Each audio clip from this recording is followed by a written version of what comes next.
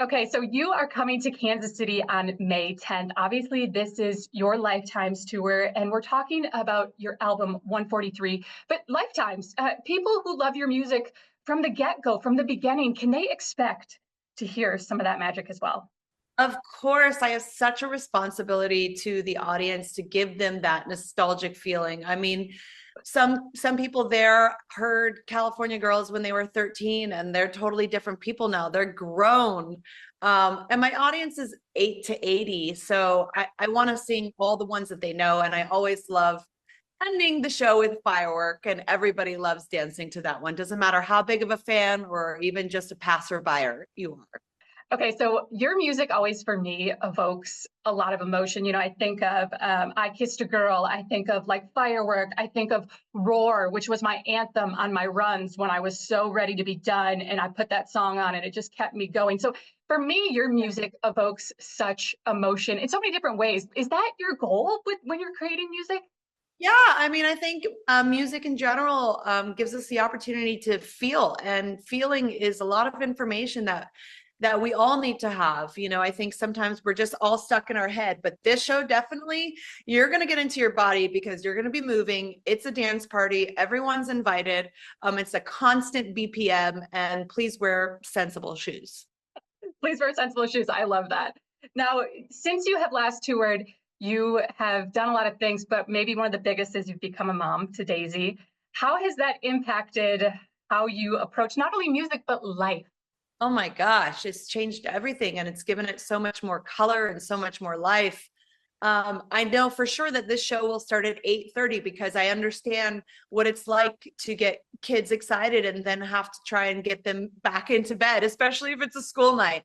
But I will be, you know, there's so much joy in motherhood and so much unconditional love, and it's definitely the view I was always looking for. So that's what this album 143 is about. It means I love you in a digital language, and I'm just trying to share all that love that I've received out into the world. Yeah, I was going to say, I feel like listening to this album 143, you can definitely tell that you're bringing a different version of yourself to the table, which for those of us who have known your music for so long, it's refreshing to see the evolvement because you've been a mainstay in this industry for so long, you have to keep evolving. When you look back on your lifetimes and what you've gone through in this industry, what sticks out to you? Well, I'm just grateful for the fact that this is my job. We say that every time before the show with my crew, we do a little huddle and we give gratitude about this is what I get to do for work, and we never take it for granted. We always work really hard and we give 100% for every show. And so I'll be doing the same thing. I'm very excited to come to Kansas City. I have a dear friend, Jeremy Scott, who is from Kansas City. Actually, a lot of my costumes from my career are on display there at the, what is it, the Newman, I guess? Yeah, the museum. Sorry, the Nerman Museum. So you can check all those out and then come to the show. And it's so funny. I had a live the other day that I was doing online, and I was taking kind of unsolicited calls from fans, and I connected with someone that was close to Kansas City, and his name is Trace, and he wasn't allowed to come to the show because he lives 4 hours away, and I think it was a lot. And then I got to talk to his dad, and now he's coming. So I just want to say, hey Trace, see you there. That's absolutely incredible. Dad, I promise to get it back safely. There you go. You got to, as a mom, you know how important that is.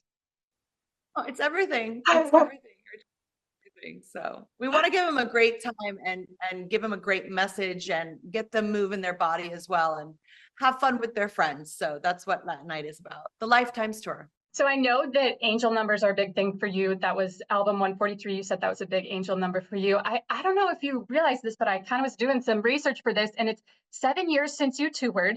It's your 7th studio album, and your US tour kicks off on May 7th. Do you know what 7 is kind of represents in the angel world? Tell me it's good. It's a symbol of perfection or completeness. Yes, it's definitely going to be a perfectly complete when that show comes online. It is a massive show, and we are in the throes of it right now. There is a lot going on, so don't miss it. And I'm really glad you told me that, because I mean, That's 777. Isn't that what you go to Vegas for? Exactly. See? Come on now. That's some good luck, and I'll take it. That is perfect luck. I think it is a good symbol for you. And, you know, as someone who's listened to your music for a long time, in many versions of my life, let's just say first time probably in a club, you know, way too late at night. But as we've gotten older, it's been a pleasure to watch your music change and you to change along with it. So I'm excited for this. Thank you so much. Bless you. I'll see you soon.